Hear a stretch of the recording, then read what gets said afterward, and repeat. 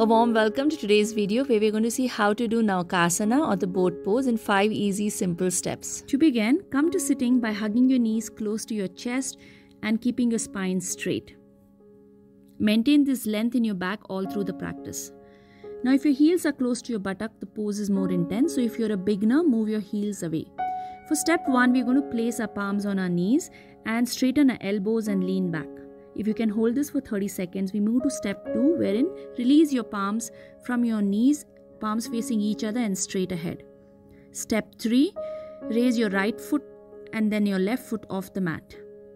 For step 4, we're going to straighten a right knee, straighten our left knee. Now if you can hold this pose for 30 seconds to a minute, then bring both your arms pointing up towards the ceiling, arms in line with your ears. Now let's explore the benefits of practicing Naukasana. Naukasana, other than strengthening the back and abdominal muscles, it also helps to strengthen and tone the legs and arms. When you practice this asana, combining with balanced nourishing food, it helps to reduce belly fat. It regulates the functions of the organs in the abdomen and the pelvic region.